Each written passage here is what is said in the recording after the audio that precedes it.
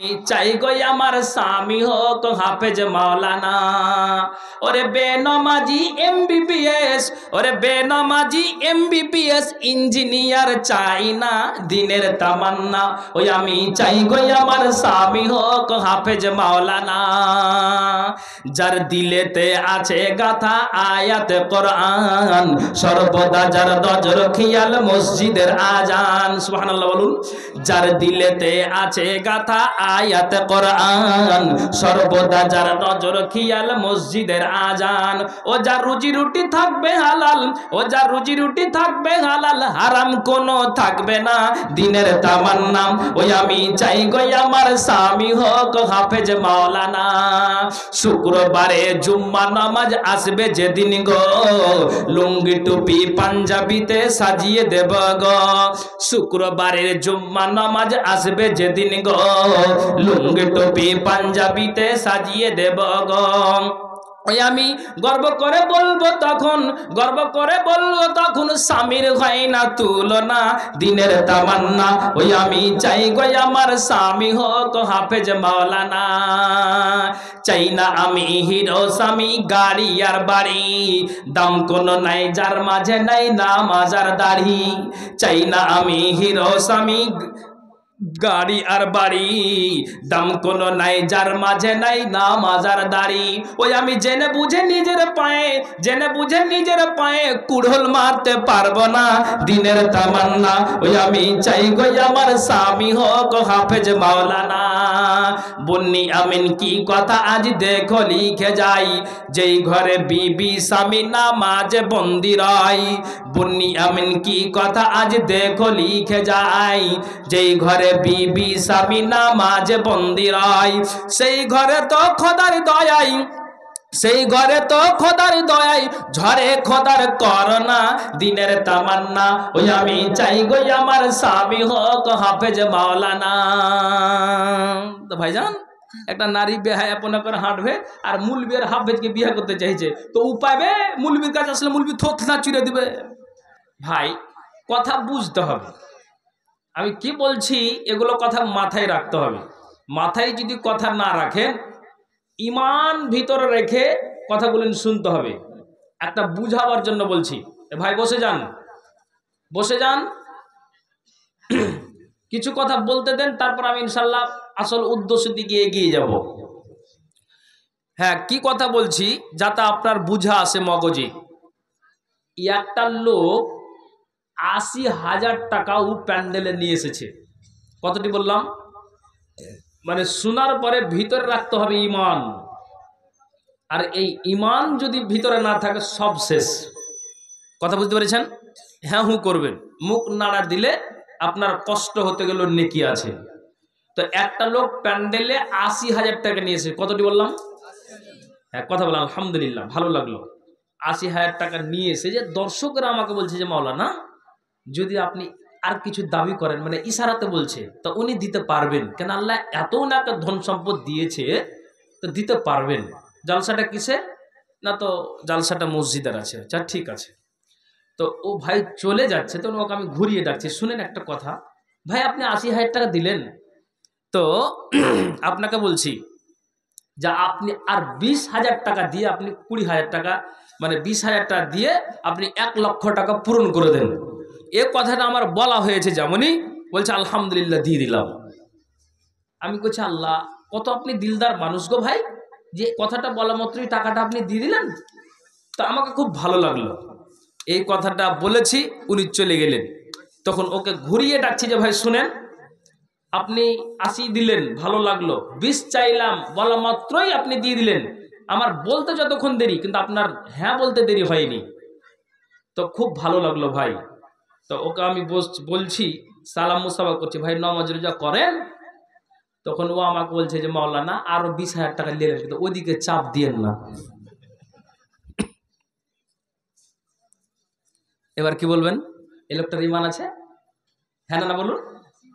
কিছু নেই, কিছু থাকবে না। এই কথাটা বুঝাবার জন্য বলছি। যাহা করি, যাহা বলি, যাহা শোনেন, থাকতে হবে সাথে কি? ইমান। তা আমার বিষয়টা হবে নারী বনাম পুরুষ। আমি বলতে যাচ্ছি আপনারা একটুখানি মাথায় রাখবেন যে আমি কি বলতে যাচ্ছি, এটা বুঝাবার জন্য কথাটা বললাম। চলেন আগে বাড়ি। তাহলে আল্লাহ কোন জায়গাতে যখন মুমিনদেরকে ডেকেছেন তখন আল্লাহ আমানু শব্দ ব্যবহার করেছেন। কোন জায়গাতে যখন সকল মানুষকে ডেকেছেন তখন আল্লাহ ইয়া আইয়ুহান নাস শব্দ ব্যবহার করেছেন। আর নাস শব্দ যখনই ব্যবহার হয়েছে তখন ওই জায়গাটাতে এখানে ইহুদি, খ্রিস্টান, জৈন, শিয়া, সুন্নি, আল হাদিস, কাদিয়ানি, হানফি, বেরেলি যত রকমের জাতি আছে, এক কথায় ইনসান, সমস্তকেই আল্লাহ এই জায়গাটাতে ভরে দিয়েছেন। কিন্তু যখন আমানু শব্দটা ব্যবহার করেছেন তো শোনো, এই আমানু শব্দটা নির্দিষ্ট করে যাদেরকে মুমিনদেরকে ডেকেছেন তা আল্লাহ এই জায়গাটাতে বিশেষ করে মুমিনদেরকে উদ্দেশ্য করে আল্লাহ বলছেন। কথা খেয়াল করবেন তো, মুমিনদেরকে আল্লাহ কি উদ্দেশ্য করে বলছেন আর মুমিনা নারীদেরকে আল্লাহ কি উদ্দেশ্য করে বলছেন ভালো করে শুনবেন। তো চলেন আমি আপনাকে আয়াতের দ্বারা দিয়ে বুঝাই। আল্লাহ বলছেন আউযু বিল্লাহি মিনাশ শাইতানির রাজিম কুল লিল মুমিনিনা ইয়াগুদ্দু মিন আবসারিহিম ওয়া ইয়াহফাযু ফুরুজাহুম যালিকা আযকা লাহুম ইন্নাল্লাহা খাবীরুম বিমা ইয়াসনাউন। ভালো করে শুনুন, আল্লাহ বলছেন হে নবী তুমি বলে দাও, ওই সব মুমিন পুরুষদেরকে জানিয়ে দাও। কোন সব পুরুষদেরকে? যারা ইমানের মধ্যে থাকে, যারা ইমান নিয়ে এসেছে, যাদের ভিতরে, যাদের অন্তরে ইমান নামের বস্তুটা জায়গা পেয়েছে, অন্তরে বাসা বেঁধেছে। আল্লাহ বলছেন ওই সব মুমিন পুরুষদেরকে বলে দাও। কি বলে দাও? যখন তারা রাস্তায় চলবে, ইয়াগুদ্দু মিন আবসারিহিম, এরে মুমিন পুরুষেরা কান খুলে শোনো, যখন তুমি এই যোগীলাল থেকে যখন তুমি বারোদুয়ারি যাবে কিংবা এই মাথা থেকে ওই মাথা যাবে, আল্লাহর কোরআন জানালেন ইয়াগুদ্দু মিন আবসারিহিম, তুমি তোমার নজরটাকে নিচু করে চলবে। খবরদার তোমার নজরকে তুমি খবরদার উঁচু করে চলবে না, ডান দিকে তাকাবে না, বাম দিকে তাকাবে না। এরে পুরুষ যখন তুমি রাস্তায় চলবে তখন তুমি তোমার নজরটাকে নিচু করে চলবে, খবরদার উঁচু করবে না। এটা পুরুষদের জন্য। তারপরে মহিলার কথা আসবে। কেন আল্লাহ বললেন? এখন আপনাকে বুঝাই। যোগীলালের কোন একটা যুবক 80 প্লাসে গাড়ি চালায়, একটা যুবক 90 প্লাসে গাড়ি চালায়, একটা যুবক 70 প্লাসে গাড়ি চালায়। ওই যুবকটার খেয়াল আছে যে আমি গাড়িটা চালাচ্ছি, সামনে দিয়ে একটা ছাগল চলে যেতে গেলে আমাকে ডিস্ক ব্রেক কষে দিতে হবে, ছাগলটাকে বাঁচাতে হবে। তার নজর 80 প্লাসে গাড়ি থাকতে গেলেও তার নজরটা আছে সামনে যেন কিছু আমার পড়ে যেতে গেলে আমি নিজেকে সংযত হয়ে চলতে হবে, নইলে বিপদ আসতে পারে। তখন যুবক কি করে? 70 প্লাস গাড়িটা যে গতিটা আছে আপনার যেন হালে হালে হালে হালে 30 থেকে আপনার 20-এ আপনার নিয়ে আসে কিনা বলেন তো। কিন্তু 70-80-তে গাড়ি থাকতে গেলেও তার নজরটা সামনের দিকে আছে, না ডান দিকে যায় না বাম দিকে যায়। তেমনি আল্লাহ বলছেন যে একটা মানুষ যদি 70 প্লাসে গাড়ি চালাই তার নজরটা সামনে দিয়ে থাকে, তেমনি পুরুষ রে তুমি কান খুলে শোনো, তোমাদেরকে বলে দেওয়া হচ্ছে যারা তোমরা ঈমান নিয়ে এসেছো, যখন রাস্তায় চলবে তখন তুমি তোমার নজরটাকে নিচু করে চলবে, খবরদার তুমি তোমার নজরটাকে উঁচু করে দিবে না। এই জন্য আল্লাহর কোরআন বলছেন হে নবী তুমি বলে দাও, যখন মুমিন পুরুষদেরকে জানিয়ে দাও ইয়াগুদ্দু মিন আবসারিহিম, যখন তারা রাস্তায় চলবে তো তারা যেন সংযত হয়ে চলে, তারা যেন কন্ট্রোল হয়ে চলে, না ডান দিকে তাকাই না বাম দিকে তাকাই।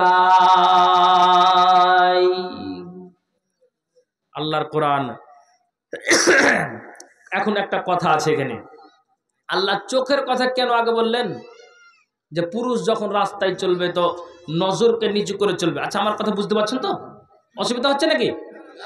একটু হ্যাঁ হু করবেন। তো কেন চোখের কথা বললেন?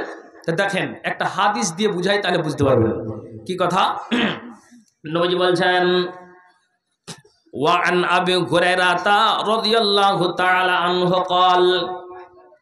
قال رسول الله صلى الله عليه وسلم ثلاثة لا ترى عينهم النار يوم القيامة আবু হুরায়রা থেকে বর্ণিত নবীজি বলছেন তিন শ্রেণীর মানুষের কিয়ামতের দিন চক্ষুকে জাহান্নাম দেখবে না। ভালো করে বুঝবেন, নবীজি বলছেন সালাসাতুন লা তারা আইনুহুম আন্নারা, তিন শ্রেণীর মানুষের চক্ষুকে কিয়ামতের দিন জাহান্নাম দেখবে না। অন্য হাদিসে এসেছে আইনানি লাতামাসসাহুমুন নার, দুই শ্রেণীর চক্ষুকে জাহান্নামের আগুন ছুঁয়ে দেখবে না, জাহান্নামের আগুন টাচ করে দেখবে না, জাহান্নামের আগুন স্পর্শ করবে না। কিন্তু আল্লাহ নবী এই জায়গাতে বললেন তিন শ্রেণীর মানুষের চক্ষুকে জাহান্নাম দেখবে না। তো তিন শ্রেণীর মধ্যে আল্লাহ পাক রাসূল বলছেন যে কান খুলে শোনো, আইনুন বাকাত মিন খাসিয়াতিল্লাহি, তিন শ্রেণীর ভিতরে এক নাম্বার হলো এটাই যে যোগীলালের জালসা শেষ হলো, কবরস্থান উন্নতি কল্পে জালসা, একটা মানুষ জালসা শেষ হয়ে যাওয়ার পর যার যেই দিকে বাড়ি সেই দিকে রওনা দিয়েছে, কিন্তু এই যোগীলালের একটা 40 বছরের মানুষ বাড়ি আর না গিয়ে নিজের বিবির কাছে গমন না করে লাহাপের তলায় পুষ মাসের ঠান্ডায় না গিয়ে বেচারা সুন্দর করে আপনার উজু বা আপনার ব্যবস্থা আছে মসজিদে, সুন্দর করে উজু বানালো, আর উজু বানিয়ে নেওয়ার পর ওই ব্যক্তিটা মসজিদে প্রবেশ করলো, তাহিয়াতুল মসজিদ 2 রাকাত নামাজ আদায় করতে হয়, ওই নামাজটা আদায় করে তারপরে নফল সুন্নাতগুলো আদায় করে, জিকির আজগারগুলো করে, জিকির আজগার তাসবিহ তাহলিলগুলো করে, আর আকাশের দিকে গভীর নিশীথে জালসা শেষ হয়ে যাওয়ার পর হাতটাকে উঁচু করেছে, মাবুদ রে 10 বছরে একজনকে আমি ধর্ষণ করেছি, মাবুদ আমি 20 বছরে একজনকে মার্ডার করেছি, মাবুদ রে আমার রক্ত আমার গায়ে খুব তেজ ছিল, আমার ছেলে ছিল, মেয়ে ছিল, বংশধর ছিল, মানুষের আইল দাবিয়ে খেয়েছি আল্লাহ, তা আল্লাহ আমি যেটা অন্যায় করেছি তো বিশাল এটা আমার ভুল হয়ে গিয়েছে, এখন ভুলটা বুঝতে পেরে এখন মানুষেরা সবাই ঘুমিয়ে আছে, আর আমি তোমার মসজিদে তোমার ঘরে এসেছি তোমাকে পাওয়ার জন্য। আল্লাহ রাব্বুল আলামিনের নবী বলছেন ওই ব্যক্তিটা গভীর নিশীথে আপনার আল্লাহকে ডাকতে ডাকতে এক ফোঁটা যদি চোখের পানি দিয়ে পায়ে অস্ত্র বয়ে যায়, এক ফোঁটা যদি চোখের পানি দিয়ে আপনার চোখের কোনা দিয়ে যদি পানি বয়ে যায়, আল্লাহ রসুল বলছেন যে চোখের পানি এক ফোঁটা বইয়ে দিতে গেলেও সারা পৃথিবীর মানুষ ঘুমিয়ে আছে, আর ওই সময় একটা মানুষ এক ফোঁটা চোখের পানি ঝরায়, তো এই এক ফোঁটা চোখের পানি ঝরাতে আল্লাহ রাব্বুল আলামিন বলছেন ওই চক্ষুকে কিয়ামতের দিন জাহান্নাম দেখবে না। একবার জোরে বলুন সুবহানাল্লাহ। কথা বুঝতে পেরেছেন? হ্যাঁ না বলুন, অসুবিধা হচ্ছে নাকি? তাহলে আর কটা আছে? দুটো আছে, ভালো করে শুনবেন। হ্যাঁ দুটো আছে, এই পয়েন্টটা আমি বিষয়ের মধ্যে এই জন্য হাদিসটা নিয়েছিলাম। দ্বিতীয় নম্বরে নবী বলছেন আইনুন হারাসাত ফি সাবিলিল্লাহ, যখন আপনাকে বলি যেমন ইসরাইল আর ফিলিস্তিনের যে লড়াই হয়, এই লড়াইয়ে কচি কচি বাচ্চার ঘুম হারাম হয়েছে, মহিলাদেরও ঘুম হারাম হয়েছে, মানুষেরা সবাই যেন আপনার জাগরণ করে আছে যে আপনার মসজিদে আকসাটাকে নিয়ে আপনার যেন ফিলিস্তিন ইসরায়েলের মধ্যে লড়াই হয়, এই মসজিদে আকসাটাকে নিয়ে বিশাল যে একটা তোলবাড় হয়। এখন আপনাকে বুঝাই যেটা কথা, যেমন এই মসজিদ আকসাটার দিকে বাইতুল মাকদাসের দিকে আল্লাহ পাক রাসূল 16 থেকে 17 মাস তিনি যেন সেই দিকে নামাজ আদায় করেছেন, মুসলমানের কিবলা প্রথম সেই দিকেই ছিল। এখন আপনাকে বুঝাতে চাইছি যে এই ব্যক্তিরা কোনো যোগীলালের একটা মানুষ রাত্রি জাগরণ করে আছে। যেমন আপনাকে বলি যখন রাত্রে আমরা জালসা করে বাড়ি ফিরে যাই তো মাঝে মাঝে ট্রাফিক দেখতে পাওয়া যায়, হরিশ্চন্দ্রপুর থানার কাছে যারা নাইট ডিউটিতে জেগে আছে তাদেরকে দেখতে পাওয়া যায়। যদি আপনার মাথায় হেলমেট না থাকে আপনাকে আইনজীবী মানুষেরা ধরে নিবে, যদি আপনার গাড়ির লাইসেন্স ঠিক না থাকে তাহলে আপনাকে সরাসরি ধরে নিবে, যদি আপনার গাড়ির পেপারস ঠিক না থাকে তাহলে সঙ্গে সঙ্গে আপনাকে ধরে নিবে, ফাইন করে দিবে। কিন্তু এটা আমার আপনার জন্য করে, এটা জেগে আছে কার জন্য? না তো আপনার উপকারের জন্য, এটা মানুষের উপকারের জন্য। এখন আপনাকে বুঝাইছি, আল্লাহ রসুল বলছেন বলছেন একটা মানুষ আপনার যেন সারা রাত জাগরণ করে আছে কিসের জন্য? জাগরণটা এই জন্য হয় যে লিল্লাহিয়াতের জন্য হয়, যাতে করে কেউ কোরআনকে আপনার নিভাতে আসতে গেলে এই কোরআনটাকে যেন বুকে রাখতে পারি। মসজিদের প্রতি কেউ আক্রমণ যদি করে দেয়, তাহলে মসজিদটাকে যেন আমি যেন একাই যেন আমি কি করি, রাত জাগরণ করে মুসলিম আসতে গেল গোটা গ্রামবাসীকে আমি এলাকাবাসীকে খবর দিয়ে মসজিদের পক্ষে লড়াই করে, আল্লাহর পক্ষে লড়াই করে তাদেরকে যেন পরাজয় ঘটিয়ে দিতে পারি। আল্লাহ রাসূল বলছেন যে ব্যক্তিটা লিল্লাহিয়াতের সহিত জাগরণ করে দিতে পারবে, নবীজি বলছেন এই জাগরণ করে দেওয়ার বিনিময়ে ওই চক্ষুকে কিয়ামতের দিন জাহান্নাম দেখবে না। জোরে বলুন সুবহানাল্লাহ। এটি হলো পুরুষের কথা। দাদু একটু আসতে বলেন, একটু আসতে, একটু হালে হালে করেন, কাজ করেন তাহলে হালে। আচ্ছা, কথা বুঝেছে তো? আচ্ছা, এবার জাগরণের ফলাফল একটা নিয়ে নেন এই হাদিসের ভিতরে। এই যে আল্লাহ কোরআনে বলছেন ইয়াগুয্যু মিন আবসারিহিম, পুরুষ রাস্তায় চলবে, নজরকে নিচু করে চলবে। আল্লাহ চোখের কথা কেন বলেছেন? এবার আপনাকে বলি কত দামি চক্ষুটা, তা আপনাকে বুঝাই। খাইবারের পূর্ব রাতে আল্লাহ পাক রাসূল একজন ব্যক্তিকে পাঠালেন যে যাও তো গিয়ে খবরটা নিয়ে এসো তাদের পজিশনটা কেমন আছে। তো পজিশনে এসে আল্লাহ পাক রাসূলকে যখন কানে দিলেন, তখন নবীজি একটা কথা বললেন। কি বললেন? তিলকা গানিমাতুল মুসলিমিনা গাদান ইনশাআল্লাহ, আগামীকাল আমাদের এই গনিমাতের মালগুলো সমস্তই মুসলমানের হয়ে যাবে ইনশাআল্লাহ। নবীজি বলছেন আমি যে খবরটা আপনার পেলাম, একজন সাহাবী আমার কানে ভরে দিল, আমি খবরটা যে পেলাম তিলকাল গানিমাতুল মুসলিমিনা গাদান ইনশাআল্লাহ, আগামীকাল এই গানিমাতের মালগুলো সবই যেন আপনার যেন গানিমাতের মালগুলো সবই যেন সাহাবাদের হয়ে যাবে, গানিমাতের মালগুলো আমাদের হয়ে যাবে ইনশাআল্লাহ। নবীজি ইনশাআল্লাহ পাঠ করলেন। তখন আল্লাহ পাক রাসূল একজনকে ডিউটি দিলেন, তার নাম হচ্ছে আবু মারসাদ আল গানামি। এটা জালসা হচ্ছে কবরস্থানের, খুব মাথায় কথাটা উঠাবেন। তো আপনার আবু মারসাদ আল গানামিকে দায়িত্ব দিলেন, আবু মারসাদ তুমি যাও আর ওই জায়গাতে গিয়ে তাম্বু টাঙিয়ে তুমি সেই জায়গাতে সারা রাত তুমি জাগরণ হয়ে থাকবে। এবার আল্লাহ পাক রাসূলের কথা মতে সেই ব্যক্তিটা চললেন, যাওয়ার পরে ওই জায়গাতে সারা রাত জাগরণ করে আছে।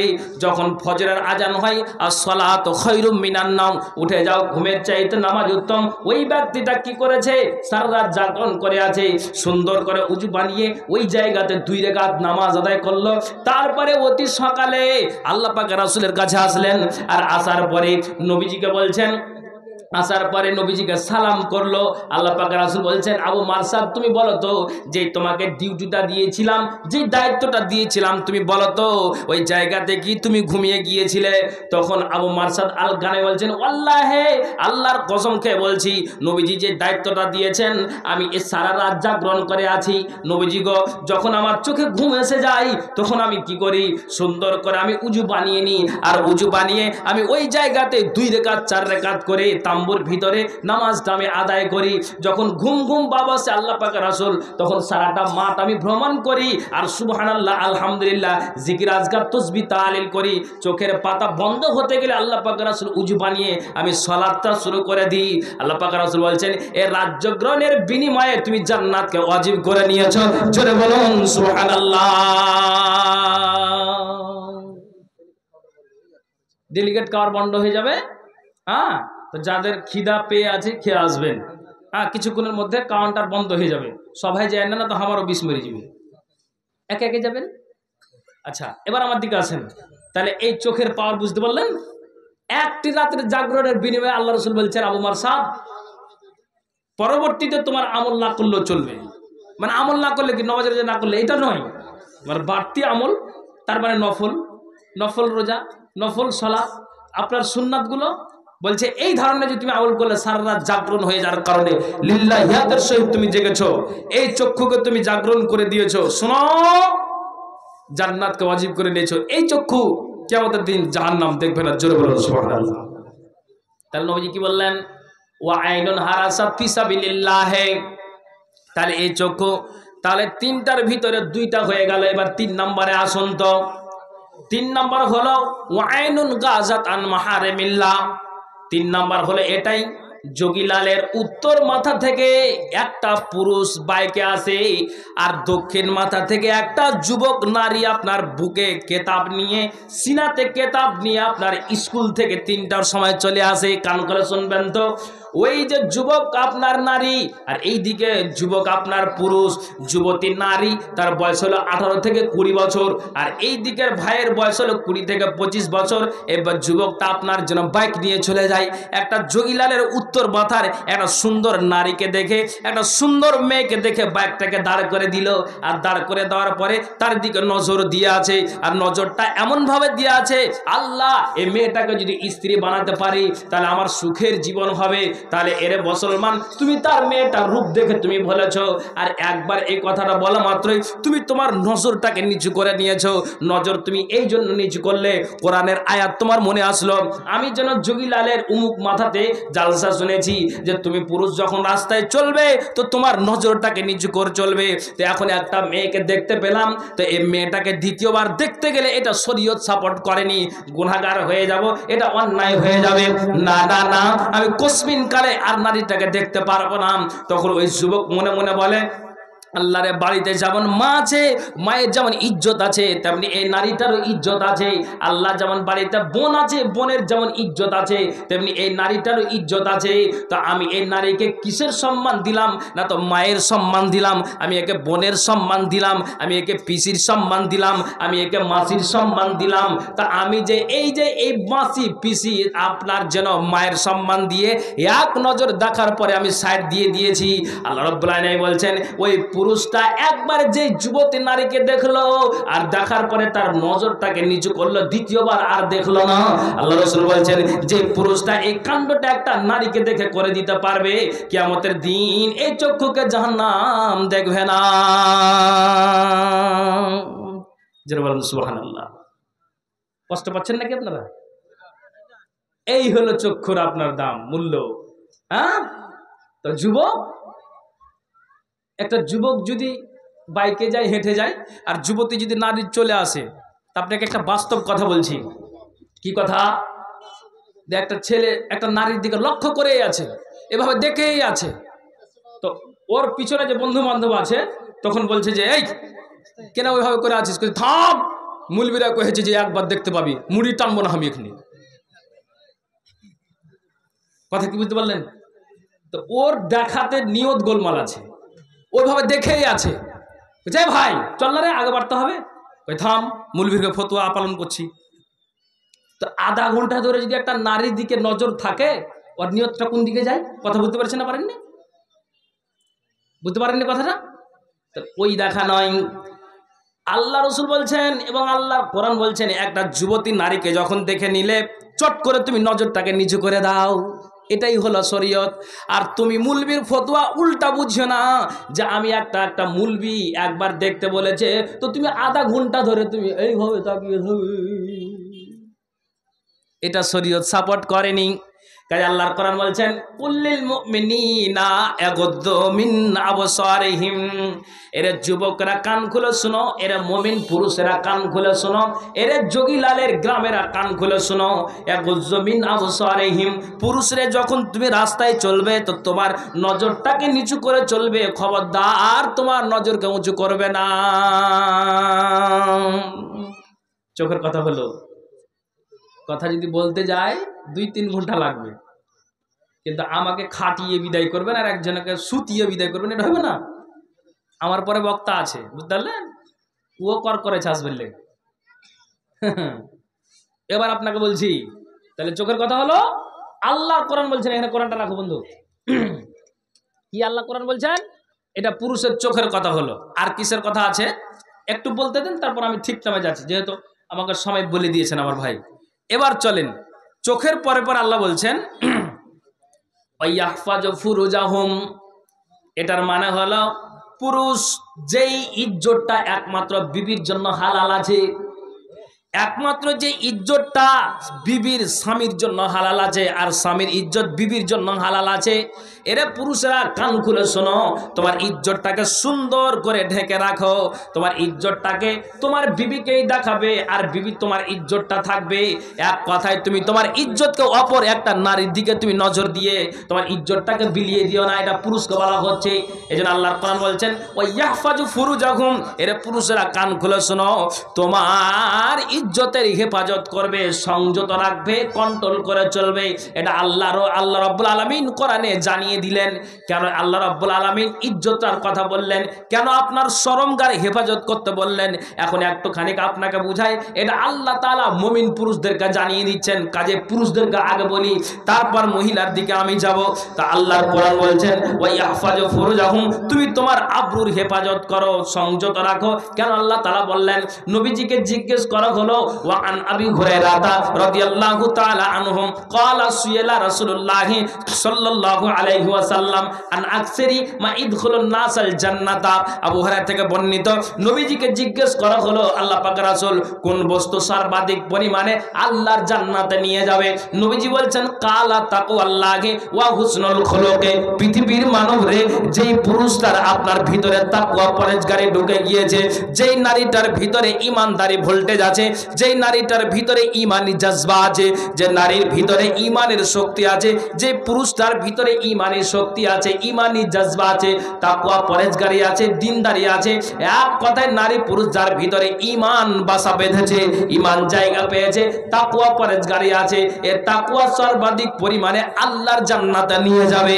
তারপর নবীজিকে জিজ্ঞেস করা হলো তারপরে কোন বস্তু সর্বাধিক পরিমাণে আল্লাহর জান্নাতে নিয়ে যাবে?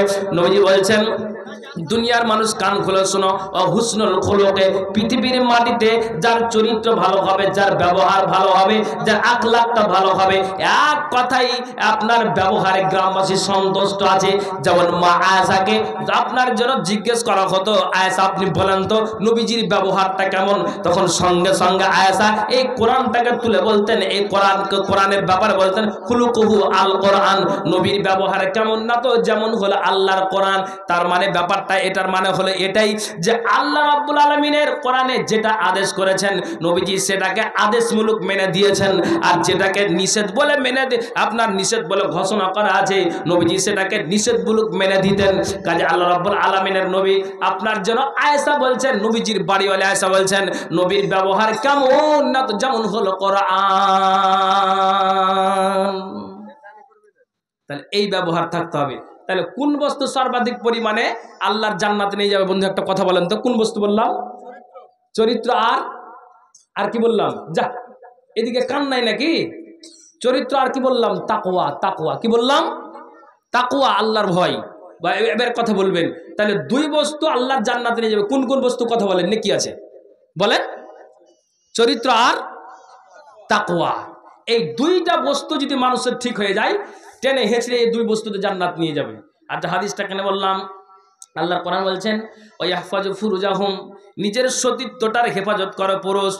এবার নবীজিকে জিজ্ঞেস করা হলো ওয়াসিয়ালা আন আকসারি মা ইদখুলুন নাসান নারা ইয়া রাসূলুল্লাহি, আল্লাহ পাক রাসূল আপনি বলেন তো কোন বস্তু সর্বাধিক পরিমাণে আল্লাহর জাহান্নাম খানাতে নিয়ে যাবে? নবীজি বলছেন কালাল ফাম, যার মুখের জুবান ঠিক নাই, মুখ দিয়ে অশ্লীল কথা বের হয়। একটা আপনার মেয়ের মুখের কথাতে নিজের আপনার মেয়ে কষ্ট পায়, স্বামী কষ্ট পায়, ওই মেয়েটার আপনার যেন মুখের জুবানিতে নিজের শ্বশুর শাশুড়ি কষ্ট পায়, নিজের মা বাবা কষ্ট পায়, পাড়া প্রতিবেশী কষ্ট পায়, এলাকাবাসী কষ্ট পায়। একটা স্বামীর মুখের ভাষাতে নিজের বিবিটা কষ্ট পায়, ছেলে কষ্ট পায়, মেয়ে কষ্ট পায়, তোমার ভাই কষ্ট পায়, তোমার আত্মীয় স্বজন কষ্ট পায়, গ্রামবাসী কষ্ট পায়। এক কথাই যে লোকটার মুখের ভাষা খারাপ আছে, মুখ দিয়ে আবর্জনা কথা বের করে, নোংরা কথা বের করে, এ মুখ দিয়ে যারা অশ্লীল কথা বের করে, এ মুখটা যদি কন্ট্রোল না করতে পারে, কিয়ামতের দিন তোমার মুখ তোমার বিপক্ষ হয়ে যাবে। আর বিপক্ষ হতে গেলে তোমার মুখ তোমার বিপক্ষ হয়ে তোমাকে টেনে হেঁচড়ে জাহান্নাম খানাতে নিয়ে যাবে। তো নবীজি বলছেন এ মুখকে তুমি কন্ট্রোল না রাখতে পারলে, এ মুখ সর্বাধিক পরিমাণে আল্লাহ আল্লাহর জাহান্নাম খানাতে নিয়ে যাবে। তারপরে নবীজিকে জিজ্ঞেস করা হলো তারপরে কোন বস্তু আল্লাহর জাহান্নাম খানাতে নিয়ে যাবে? নবীজি বলছেন যেমন আল্লাহর কোরআন বলছেন ওয়াহফাজু ফুরুজাহুম, এরা পুরুষেরা তুমি তোমার ইজ্জতের হেফাজত করো। আল্লাহ নবী বলছেন ওয়াল ফারজ, নিজের সতীত্বটাকে, নিজের আব্রুটাকে, নিজের লজ্জা স্থানকে যারা হেফাজত না করতে পেরেছে, এক কথায় স্বামী ছাড়া যা বিবিরা যে ইজ্জতটাকে বিলিয়ে দিয়েছে, আর আপনার স্বামীও তার ইজ্জতটা আপনার জন্য স্ত্রী ছাড়া বিলিয়ে দিয়েছে। রাসূল বলছেন এই দুই বস্তু, এক কথায় মুখ এবং লজ্জা স্থান যারা কন্ট্রোল করতে পারে না, এই দুই বস্তু সর্বাধিক পরিমাণে আল্লাহর জাহান্নাম খানাতে নিয়ে যাবে। এই জন্য আল্লাহর কোরআন বলছেন কুল্লিল মুমিনিনা ইয়াগুদ্দু মিন আবসারিহিম, এরে পুরুষ কান খুলে শোনো, তুমি তোমার নজরটাকে নিচু করবে, ওয়া ইয়াহফাজু ফুরুজাহুম, এবং তুমি তোমার আব্রুর হেফাজত করবে।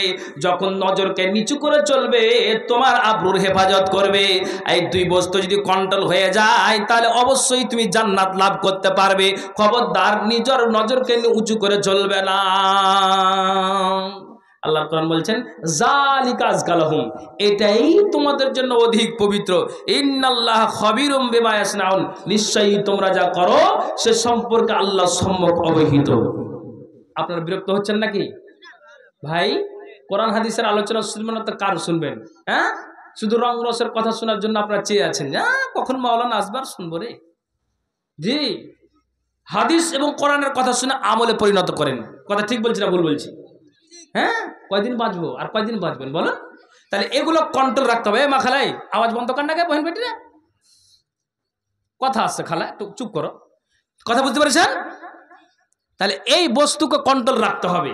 তাকওয়া ব্যবহার জান্নাতে নিয়ে যাবে, আর মুখ লজ্জা স্থান জাহান্নামে নিয়ে যাবে। তাহলে এই জন্য আল্লাহর কোরআন বলছে তুমি তোমার আব্রুর হেফাজত করো। এটা পুরুষকে বলা হলো। তো আপনাদেরই যদি কথা বলি 1-1.5 ঘন্টা ধরে, তাহলে মা বোনদের গাল ফুলে যাবে। একটু ওদের জন্য কিছু বলা হোক, তারপরে আপনার কথাটা এসে ইনশাআল্লাহ এই জায়গাতে মিলে যাবে। কথা বুঝবেন তো? মা বোনদেরকে একটু কথা বলে দিই, বুঝতে পেরেছেন তো? ওদের হয়ে হাও শুরু হয়ে গেছে। তো আল্লাহর কোরআন বলছেন এবার কাকে? মুমিনা নারীদেরকে। আপনাদের কথা ছেড়ে দিনি, কথাটা পয়েন্টটা চলে আসবে ইনশাআল্লাহ। তো আল্লাহ বলছেন এরা কাকে বলছেন? মুমিনা নারীদেরকে। আল্লাহ বলছেন وَقُلْ لِلْمُؤْمِنَاتِ يَغْضُضْنَ مِنْ أَبْصَارِهِنَّ وَيَحْفَظْنَ فُرُوجَهُنَّ وَلَا يُبْدِينَ زِينَتَهُنَّ إِلَّا مَا ظَهَرَ مِنْهَا وَلْيَضْرِبْنَ بِخُمُرِهِنَّ عَلَى جُيُوبِهِنَّ وَلَا يُبْدِينَ زِينَتَهُنَّ পৃথিবীর মানব ঠিক যেন আল্লাহ রাব্বুল আলামিন বলছেন এরা মুমিনা নারীদেরকে বলে দাও, হে নবী তুমি মুমিনা নারীদেরকে বলে দাও যেই নারীরা ঈমান এনেছে, এক কথাই যাদের ভিতরে ঈমানের জায়গা পেয়েছে, ওই নারীদেরকে বলে দাও ইয়াগুযুজনা মিন আবসারিহিন্না, যখন তারা রাস্তায় চলবে তখন তাদের নজরটাকে নিচু করে চলবে।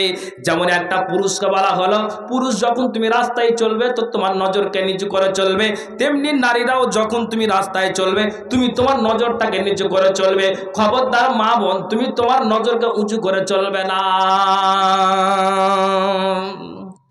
কেন আল্লাহ এই নারীদেরকে বললেন ইয়াগুযুজনা মিন আবসারিহিন্না, তুমি তোমার নজরকে নিচু করে চলো। এটা মুমিনা নারীদেরকে বলা হলো। কেন বললেন ভালো করে শুনবেন। একটা কথা বলি, কি কথা? উহুদের প্রান্তে ইসলামকে বাঁচাবার জন্য 1-2 করে 70 জন শাহাদাত বরণ করেছেন। কতজন বললাম একটু কথা বলেন, জোরে বলেন, নেকি পাবেন কতজন? ভাই আপনারা চেয়ে আছেন কতজন বললাম? আলহামদুলিল্লাহ, ভালো আছেন, আল্লাহ যেন জান্নাতবাসী করে। তাহলে 70 জন শহীদ লাশ উহুদের প্রান্তে আছে। তো তার ভিতরে কি বলছেন যে ভাই আল্লাহ কি বলছেন বলেন? আসসালামু আলাইকুম। রান্না গোশ বিক্রি আছে, যিনারা নেবেন নিতে পারেন, 200 টাকা কিলো। যদি কেউ খেতে পারে। আসসালামু আলাইকুম। শুনেন হাল লাগা 2 কেজি দুধ কইবেন। আচ্ছা এবার বলেন, আমার দিকে আসেন, কি বললাম কথা বলেন? নজরকে মেয়েদেরকে নিচু করতে বলা হলো। তো কতজন বললাম উহুদের প্রান্তে? 70 জন। 70 জনের মধ্যে 69 জন আছে, তার মধ্যে 70 জনের মধ্যে আরেকজন হচ্ছে নবীর চাচা আমির হামজা রাদিয়াল্লাহু তাআলা আনহু। ইনিও কিন্তু 70 জনের মধ্যে একজন শহীদ হয়ে পড়ে আছেন। তো তো নবীর চাচা শহীদ হয়ে পড়ে আছেন। তো এই নবীর চাচার খবরটা শুনে আমির হামজার বোন সাফিয়া, এটা জুবাইরের মাতা, আল্লাহ রসুলের ফুফু, ই কিন্তু খবর পেয়ে দৌড় দিয়েছেন যে আমার ভাই ইসলামকে বাঁচাবার জন্য, কোরআনকে বাঁচাবার জন্য, মা বোন কান খুলে শুনবে, যে ভাই আমার শহীদ হয়েছে। তখন কিন্তু দৌড় দিয়েছে কে? সাফিয়া দৌড় দিয়েছে। কিসের জন্য দৌড় দিল? যে আমার ভাই ইসলামকে বাঁচাবার জন্য, দিনকে বাঁচাবার জন্য আমার ভাই দৌড় দিয়ে আমার ভাই যেন শাহাদাত বরণ করেছেন বিদ্যুতের গতিতে। এবার যেন আপনার আমির হামজার বোন সাফিয়া দৌড় দিয়েছেন, ওই দিকে যেন নবীজির কানে খবর গিয়েছে আমার ফুফু দৌড় দিয়েছেন। এবার আল্লাহ রসুল বলছেন, জুবাইর তুমি তোমার আম্মাকে বাধা দাও, বারণ করো, যাতে উহুদের প্রান্তে গিয়ে তোমার মা যেন লাশটা দেখে না আসে। এই কথাটা যেমনই নবীজি বললেন, জুবাইর এবার যখন তার মা সামনে এসেছে, সুন্দর করে সে মা কিন্তু তার আগা ঘেরে নিয়েছে, জুবাইর তার আগা ঘেরে নিয়েছে মায়ের। এবার বলছে, মা তুমি যেতে পারো না। বলছে, সন্তান কেন যেতে পারবো না? আমি আমার ভাতিজা অর্থাৎ নবী মুহাম্মদুর রাসূলুল্লাহ পড়ুন সাল্লাল্লাহু আলাইহি সাল্লামের মুখ থেকে বলতে শুনেছি, কি বলতে শুনেছি, যে যদি নিজের মা ডাইনিং এ বসে মাথার কাপড়টাকে খুলে নিজের ছেলের সামনে পাংখাটাকে চালু করে যদি আপনার যেন গাটাকে জিরাই, আপনার গরমের মৌসুমে আপনার ফ্যানটা চালু করে দিয়ে যদি আপনার মাথার চুলগুলোকে শুকাই, তাহলে ছেলে বসে আছে মাথার কাপড় মা খুলে বসে আছে, মায়ের কোনোদিন গুনাহ হতে পারে না। নিজের বহিন বাটার সামনে নিজের খালা মাথার কাপড় খুলে বসে আছে, কোনোদিন খালার গুনাহ হতে পারে না। নিজের পিসি ভাতিজার সামনে মাথার কাপড় খুলে বসে আছে, পিসির কোনোদিন গুনাহ হতে পারে না। নিজের বোনের সামনে, নিজের ভাইয়ের সামনে নিজের বোন মাথার কাপড় খুলে বসে আছে, বোনের কোনোদিন গুনাহ হতে পারে না। তো ও আমার বেটে তুমি কান খুলে শোনো, সন্তান কান খুলে শোনো, উহুদের প্রান্তে আমার ভাই যেন আমির হামজা শাহাদাত বরণ করেছেন, আমি কেন দেখতে যেতে পারবো না? নিজের ভাই মুখ দেখতে গেলে কোনোদিন গুনাহ হতে পারে না। আমি যাব গিয়ে আমার ভাইয়ের লাশটা দেখবো। তখন এবার যখন মা এবং ছেলে কথা কাটাকাটি শুরু হলো, সঙ্গে সঙ্গে এবার জুবাইর বলছেন, না রাসূলুল্লাহ সাল্লাল্লাহু আলাইহি ওয়াসাল্লাম, মা তুমি উহুদের প্রান্তে যেতে পারো না। কেন? এটা আল্লাহ রাসূল নিষেধ করে দিয়েছেন। যেমনই এই কথাটা বলা হলো, সঙ্গে সঙ্গে মা রাস্তাটাকে বদল করে আপনার জন্য আপনার চললেন, বাড়ির দিকে রওনা দিয়ে দিলেন। আর যেমনই বাড়ির দিকে রওনা দিয়ে দিলেন, এবার জুবাইরকে আল্লাহ পাক রাসূল বলছেন, জুবাইর তুমি কান খুলে শোনো, কেন তোমার আম্মাকে বাধা দিয়েছি, কেন তোমার আম্মাকে বারণ করেছি, তার একটা কথা শুনে নাও। কিসের জন্য আমার আম্মাকে আপনি বাধা দিয়েছেন? নবী মুহাম্মদুর রাসূলুল্লাহ সাল্লাল্লাহু আলাইহি সাল্লাম, এই জন্য তোমার মাকে আমি বাধা দিয়েছি। তার মূল কারণ হলো উহুদের প্রান্তে 70 জন শহীদ লাশ পড়ে আছে, আর 70 জনের ভিতরে 69 জন হচ্ছে বেগানা পুরুষ, আর তার মধ্যে হচ্ছে আপনার একজনই তার ভাই আমির হামজা। এর মুখ দেখবে বোন, এতে কোনোদিন গুনাহ হতে পারে না। কিন্তু 70 জন যে 69 জন শহীদ লাশ পড়ে আছে, ইসলামকে বাঁচাবার জন্য কার মাথাতে আঘাত লেগেছে, কার পায়ে আঘাত লেগেছে, কার বল্লম লেগেছে, কার আপনার ইজ্জত থেকে লুঙ্গিটা উঠে আছে, কার প্যান্ট উঠে আছে, কার ধুতি উঠে আছে, কার বুকে আঘাত লেগেছে, কার মাথায় আঘাত লেগেছে, কে কোন হালাতে পড়ে আছে। আর আমার ফুফু যখন উহুদের মাঠে যাবে, আর নজরটা যখন তার বেগানা পুরুষের দিকে যাবে, আর আল্লাহর কোরআন বলছেন, এর নারীরা রাস্তায় যখন চলবে তো নজর নিচু করে চলবে, ওই জায়গাতে বেগানা পুরুষ পড়ে আছে, বেগানা পুরুষকে দেখা নারীদের কোনোদিন জায়েজ নয়, কোনোদিন এটা ঠিক হতে পারে না। কাজেই আমি আমার ফুফুকে বাধা দিয়েছি, বেগানা পুরুষকে যেন দেখতে না যায়, বেগানা পুরুষের দিকে নজর চলে যাবে, এটা শরীয়ত সাপোর্ট করেনি। কাজেই আমি আল্লাহ পাকের রাসূল আমার ফুফুকে বাধা দিয়েছি। এবার আল্লাহ রাসূল বলছেন, জুবাইর রে, এই জন্য তোমার মাকে আমি ঘুরিয়ে দিয়েছি। সুবহানাল্লাহ। এবার আপনাকে আমি কথা বলে দিচ্ছি, নিজের ভাইয়ের মুখ বোন দেখবে, এটা কোনো সমস্যা নাই, কিন্তু বেগানা পুরুষের মুখ দেখবে না বলে আমি তাকে শরীয়ত যেটা সাপোর্ট করেনি, কাজেই আমি তোমার মাকে বাধা দিয়েছি। একবার জোরে বলুন সুবহানাল্লাহ। মারে, যদি তোমাকে তোমার পুরুষ নিষেধ করে, যোগীলালে জালসা হচ্ছে, যেতে হবে না, মা তোমাকে আসতে হবে না, তোমার স্বামী কবরে চলে গিয়েছে, যদি তোমার নিজের বড় ছেলে নিষেধ করে, মা জালসায় যেতে হবে না, মা তোমাকে জালসায় আসতে হবে না। না, কেননা আল্লাহ পাক রাসূল নিজের ফুফুকে বাধা দিলেন যে ওই জায়গাতে বেগানা পুরুষ অনেক পড়ে আছে। আল্লাহ পাক রাসূলের কথা শুনে সঙ্গে সঙ্গে সাফিয়া যারা রাস্তা বদল করলেন। আর মা, তুমি যদি এইভাবে কাটহুত যদি করো, অমান্য করো, আর যদি তুমি এই জায়গা আসো, আল্লাহ রাসূল বলছেন শুনে রাখো, জালসা শোনাটা হচ্ছে আপনার নফল, পর্দা করা হচ্ছে ফরজ। এই নফল কাজে এসে যদি তোমার পর্দার গর্দা উড়ে যায় তো তুমি ডবল গুনাহ করে বসলে। কথা বুঝাতে পেরেছি? হ্যাঁ না বলুন একটু। তাহলে এই বেগানা পুরুষ আপনাদের দিকের কথা বলতে পারবো না যোগীলালে, আমার গ্রামের কথা বলছি। উত্তর মাথার যদি পলাশবনের কেউ মারা গিয়েছে, কে মরেছে, তখন বলছে যে জানো না যে অমুক লোক মরেছে, ছুটলো দলের দলে, ও যাইছে তো আর এক বাড়িতে গিয়ে দরজাতে আওয়াজ দিচ্ছে যে রহিমার মাগা যাবি না গে, কে মরেছে না তো মুখ যে মরেছে, হায় আল্লাহ আমি ফেরাতক্ষণ থেকে শুইতা আছি গে, জানি না গে কোন কাজে যে কোন পাহাড় ঘুষড়ে দিবে, কোন কাজে যাওয়ার জন্য যে ডাকছে, ছুটলো দলে দলে ছুটলো, ড্যাং ড্যাং ড্যাং করে হাঁটছে। আর হাইটে গিয়ে যে পুরুষটাকে দেখা, আপনার মাইয়াতকে দেখা, আপনার শরীয়ত সেটা সাপোর্ট করেন, সে নর হোক বা নারী হোক, বেগানা পুরুষ তো বেগানা নারী তো, তারপরে দলে দল ছুটছে। আপনার দিকে এই সমস্যা আছে নাই? আল্লাহ, এই ক্যান্সারের রোগী এখানেও এসেছে, আল্লাহ হুসমান। তাহলে এবার আপনি কি বলবেন? কি বলবেন আপনি? কি বলবেন আপনি? একটা নারী বলছেন, একটা নারী বলছে এ বেহায়াপনা করে, মানে তোমার শরীয়ত তোমাকে যেটা সাপোর্ট করেন, যেটা করবে তোমাকে জাহান্নামে যেতে হবে। একটা নারী বলছে ভালো একটা আমি সুন্দর স্বামী চাইছি, ভালো একটা বর চাইছি। এই তুমি ভালো বর চাইছো? তখন বলছে হ্যাঁ আমি বর চাইছি। বলছি কেন তুমি বরটা চাইছো? বলছি চাইছি এই জন্য বরটা যে আমি ভালো একটা স্বামী পেতে গেলে আল্লাহর ভয়ের কথা বলবে, তার ভিতরে যদি ইমানি জজবা থাকে, আমাকেও ভয়ের কথা বলবে, স্বামী স্ত্রী এক জায়গায় বসবাস করব, দিনের কাজ হবে দুনিয়ারও কাজ হবে, তখন যেন আমরা জান্নাতবাসী হব। ওই জন্য আমি একটা ভালো স্বামী চাইছি। তখন ও কবিতার ছলে বলছেন, কি বলছেন? আমি চাই গো আমার স্বামী হোক হাফেজ মাওলানা। শুনেছেন না শুনেননি? বলবো, আমি চাই গো আমার স্বামী হোক হাফেজ মাওলানা। ওরে বেনমাজি এমবিবিএস, ওরে বেনমাজি এমবিবিএস ইঞ্জিনিয়ার চাই না দিনের তামান্না। ওই আমি চাই গো আমার স্বামী হোক হাফেজ মাওলানা। যার দিলেতে আছে গাথা আয়াত কোরআন, সর্বদা যার নজর খেয়াল মসজিদের আজান। সুবহানাল্লাহ বলুন। যার দিলেতে আছে গাথা আয়াত কোরআন, সর্বদা যার নজর খেয়াল মসজিদের আজান। ও যার রুজি রুটি থাকবে হালাল, ও যার রুজি রুটি থাকবে হালাল, হারাম কোনো থাকবে না দিনের তামান্না। ওই আমি চাই গো আমার স্বামী হোক হাফেজ মাওলানা।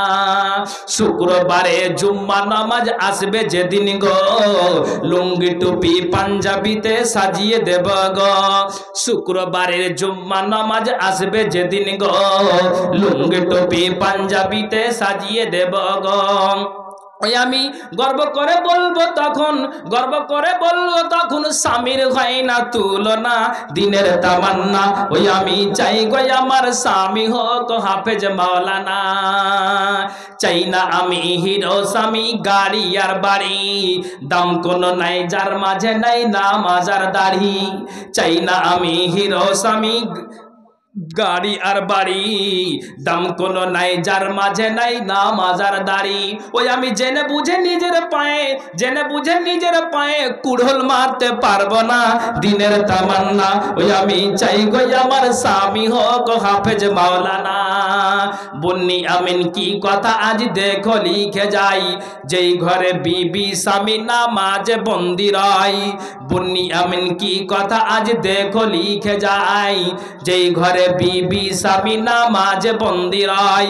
সেই ঘরে তো খোদার দয়াই, সেই ঘরে তো খোদার দয়াই ঝরে খোদার করোনা দিনের তামান্না। ওই আমি চাই গো আমার স্বামী হোক হাফেজ মাওলানা। তো ভাইজান, একটা নারী বেহায়াপনা করে হাঁটবে আর মুলবির হাফেজকে বিয়ে করতে চাইছে, তো উপায় মুলবির কাছে আসলে মুলবি থোথনা চিড়ে দিবে। জি, তোমাকে আগে সংযত হতে হবে, বাপ তোমাকে তোমার মেয়েকে কন্ট্রোল করতে হবে, তাহলে একটা ভালো স্বামীর আশা করিও। জি, কথা ঠিক বলছি না ভুল বলছি? আপনাকে কন্ট্রোল হতে হবে। একজন বলছে মৌলী সাহেব মহিলারা মা বোনেরা যে রাস্তায় চলে যাচ্ছে তা একটু নিষেধ করেন না জি। তো মূলবীরা সব বাপের বেটির কি ঠিকা লেলেছে নাকি? আপনার মেয়ে রাস্তায় যাচ্ছে, আপনি কন্ট্রোল করতে পারছেন না। আচ্ছা, আমি এখন আপনাকে ফতোয়া দিয়ে দিলাম, একটা কোরআন হাদিস দিয়ে বুঝিয়ে দিলাম, তাই বুঝাটাই আমার হলো আসল কথা। ছেড়ে দিয়েছি আপনাকে, আমি আমার কথা থ্রো করে দিয়েছি, এবার আপনি আমল করেন। তো আপনি বাপ, আপনার মেয়েকে আপনি কন্ট্রোল না করতে পারলে, মাইকে মুখ লাগিয়ে বক্তা কন্ট্রোল করতে পারে? কোনোদিন পারবে না, কোনোদিনই পারবে না। কি করে পারবে বলেন? কি করে পারবে? নিজেকে আশ্চর্য মনে হয়। আপনার ওই ইয়েতে জালসা গিয়েছিলাম 24 পরগনা, হাটে বাজারে এক্সপ্রেসে বসে আছে, বুঝলেন তো? একটা মেয়ে সিগন্যাল সিটে বসে আছে। তো মেয়েটায় এভাবে বুকে, মানে আপনার কিন্তু আছে, চাদর আছে অবশ্যই, তো চাদরটাকে এইভাবে এইভাবে ফেলে রেখেছে, বুঝলেন তো? আমি একটা সিটে বসে আছি, তো এবার ওকে আমি বলছি যে কিছু জিজ্ঞেস করবো কি করবো না, মানে একটা মনেরও ভয় লাগছে। তো অবশেষে আমি বললাম যে আচ্ছা বোন, তোমাকে একটা কথা বলবো, তুমি কি মুসলমানের মেয়ে? বলছে হ্যাঁ আমি মুসলমানের বেটি। মানে এমন কালি করে বলছে যে আল্লাহ আমাকে পুরস্কার দেওয়া দরকার আছে। তা বলছে তোমার নাম কি? করছে সালোয়ারা। তার নামও তো ভালো জীবহীন। তো তুমি মুসলমানের বেটি, এটা ঠিক আছে, তো এতগুলো ট্রেনের লোক বসে আছে, তুমি একটা মাথায় কথা রাখো তো, তুমি মুসলমানের মেয়ে হয়ে বলছো তোমাকে, তুমি রাগ করবে না বোন? বলছে বলো না। আমি বলছি তুমি এইভাবে ওন্ধাটাকে, তোমার বক্ষদেশটাকে না ঢেকে তুমি এইভাবে চাদরটাকে ফেলে রেখেছো, এটা কি উচিত হচ্ছে তোমার? সুন্দর করে তুমি তোমার বক্ষদেশটাকে ঢেকে রাখো, এটা আল্লাহর কোরআন বলছে। কথাটা ভুল হলো না খারাপ ভালো হলো বলেন? একটু হ্যাঁ না বলুন, ঠিক বলেছি না ভুল বলেছি? তখন ও 2 থেকে 3 সেকেন্ড পরে তোর কিছু মুলবির কিছু কথা নেই, যেখানে দেখা হবে মাথায় কাপড় দাও, বুকে কাপড় দাও, পেটে কাপড় দাও, ইয়ে করো ও করো। আর মিজাজ আলাদা হয়ে গেছে। হাই আল্লাহ! তাহলে আপনি কি করে চলবেন? দোষ কার? দোষ হলো বাপের। যে বাপ মেয়েকে কন্ট্রোল রাখতে পারে না, আপনি এটা জেনে রাখুন, এই জবাব আপনাকে লাগবে। খামাখা বক্তার মুলবিদেরকে দোষিয়ে লাভ নেই। যা বলার বলে দিচ্ছি। মেলা উঠাচ্ছে, আপনার একটা মাওলানা বলে দিল যে জালসা সভাপতি নিজে বলেছিলেন যে যদি জালসাতে মেলা বসাও, বাজার বসাও, তা আমি সভাপতির আসন গ্রহণ করব না, আমি বসবো না। তো ওর জায়গাতে ও ঠিক আছে। তখন আলোচনা করে এরা কমিটি এক জায়গাতে বসেছে, কি করবে? মুলবি সাহেব যে জলিল আসতে চাহে না, তো কি করবে? বলছে সোজা কথা, বলছে কি করছে, সামনে বার বাদ দেবো, সমাজ কন্ট্রোল হবে। মুলবির সাথে আপনাকে সাপোর্ট দিতে হবে। আল ওলামাও ওয়া উমারাও, জিজ্ঞেস করুন, আলেম বসে আছে, দুটো শব্দ বহু বচন। আলেমকেও ঠিক হতে হবে, সাথে সাথে নেতাকেও ঠিক হতে হবে। তা আলেম কথা বলে দিল, আর তার বিপরীত দিলেন কি, এই মুলবি আইন পাস করছে, সামনে বার ওকে ইমাম থেকে বাদ দিয়ে দিন। কি করে সমাজ গঠন হবে? আপনার মেয়ে কি করে কন্ট্রোল হবে? আল্লাহুস সামাদ। কথা মনে খারাপ লাগছে বন্ধু, কিন্তু এইরকম দৃশ্য দেখে আপনাকে বলছি কথা অবাক লাগে। গত বছর এক জায়গায় জালসা গিয়েছিলাম, বাড়ি থেকে টেলিফোন করছে যে জিলাপি নিয়ে আসি। আমি ঠিক আছে নিয়ে আসছি। তো বাজার তো যেতে হবে না, যেতে হবে না। তো বাজার গিয়েছি, 4টা মেয়ে, আপনাকে কি বলবো, আপনার জন্য ও আর ধরে আছে, ওর হাত ধরে আছে, হাঁটছে হাঁটছে ভাই,